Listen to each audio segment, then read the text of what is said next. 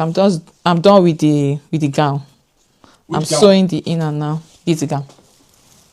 Oh. So what's the design like? What's the name of the design?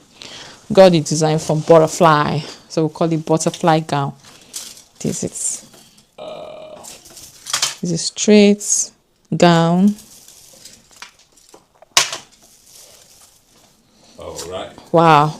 Gold and black and gold. There's an inner as well. That was in the machine, right? Yes.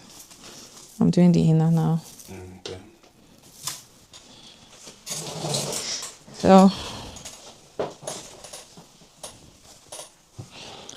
just want to do the facing on the inner. Okay. Yes. So are you done with the what's the name of that of the design? What's the name? It's called the style that I make on the dress, on the fabric is butterfly gown. Butterfly. Butterfly. So do you have a sample visual like a Yeah. design so that we can see later or something? Yes, I do. People will be interested in seeing it. I'm going to post it. Okay. Yes, I will. The style was gotten from the shape of a butterfly. The shape of a butterfly. That's what they call it, a butterfly gown. So is it Form your of friend boo-boo. So your friend chose the design or you chose it for him or it was like I actually chose the style for her because she wanted something free and simple. Oh. Yeah. So when I looked at the fabric, okay, let me just make a boo-boo for you. She doesn't want boo-boo.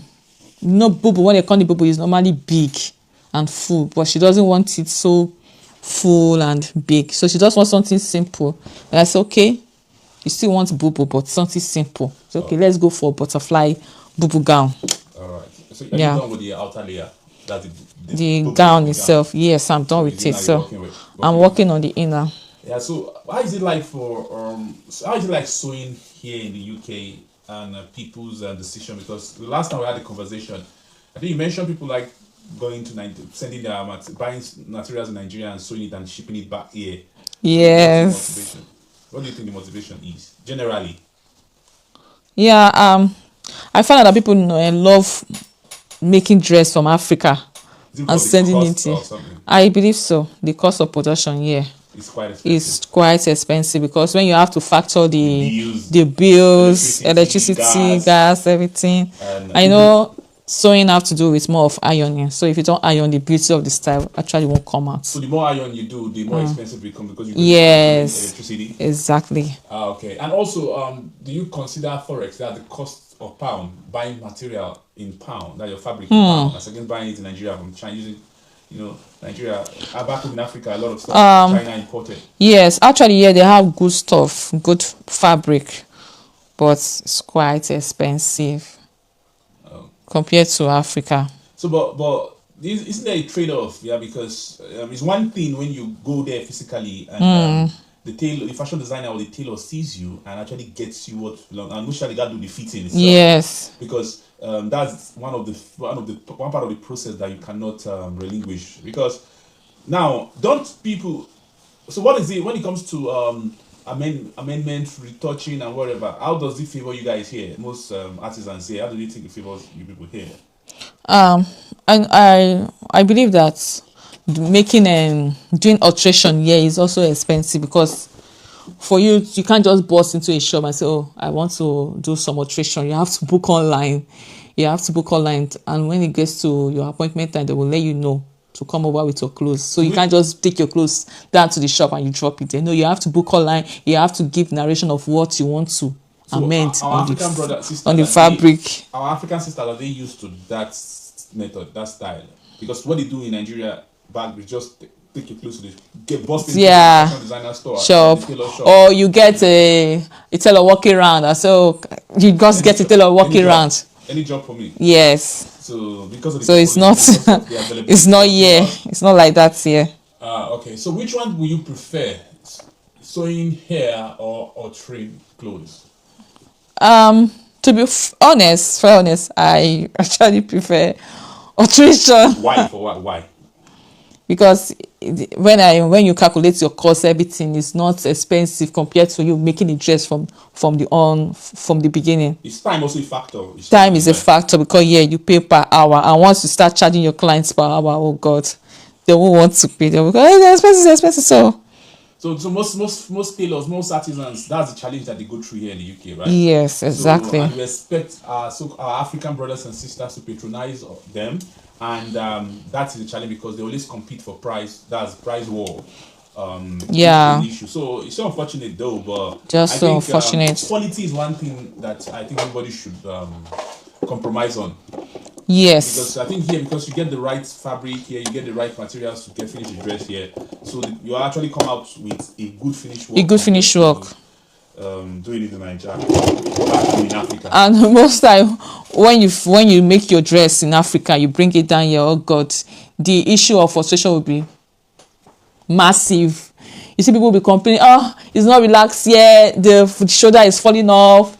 The back is tight, the waist doesn't fit in. I think that goes back to you have to do a lot of work on it. I think that goes back to what we discussed earlier in terms of being present so that you can get the with the tailor. I think that's speaking to that, right? Yes, it does. So it's a big challenge for most tailors here in the UK, most immigrant tailors. Because the kind of dress that you want to sew most of the time is your African style of dress for parties.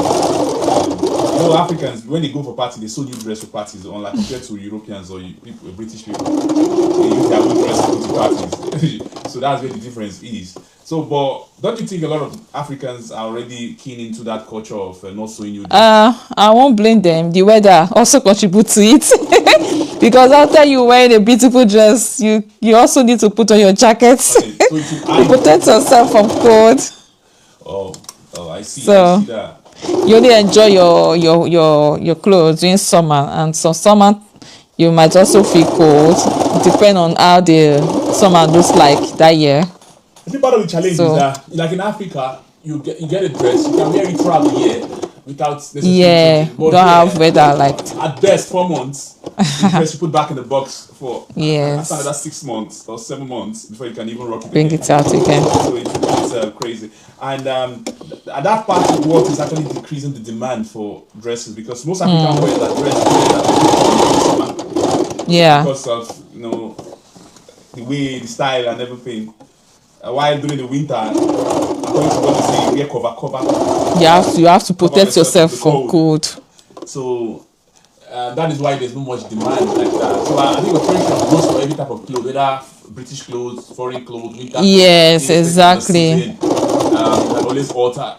You can also refit. You can also amend. You can also patch or whatever. So I think that's a good business line that most of our African sisters or brothers are tailors to consider. Don't you think that? So, yes, it does. Right. So I can see, and the opportunity is limited. The season.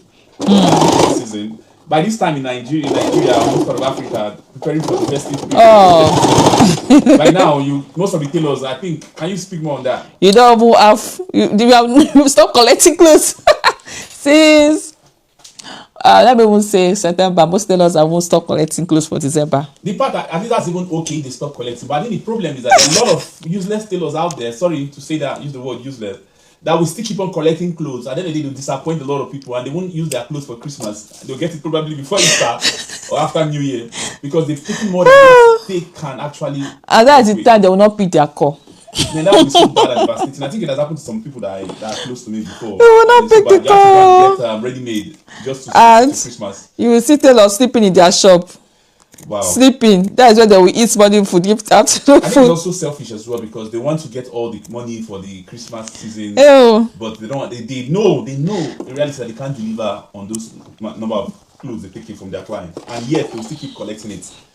That's one issue. Then apart from that one's ability to deliver in terms of capacity, meaning that a tailor that knows that he can sew a certain number of clothes, but yet collects a lot of money from people and collect more clothes than he can handle. That's one.